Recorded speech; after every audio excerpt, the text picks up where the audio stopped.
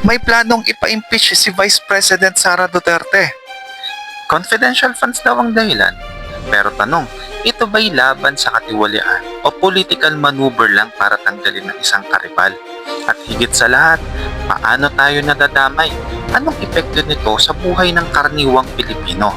Ako si GATV at ito ang aking channel kung saan ang politika iniintindi natin para sa bayan, hindi para sa politiko. I truly want a trial because I want a bloodbath ay talaga. aking papalagan. Pumapasok kayo ng alanganin.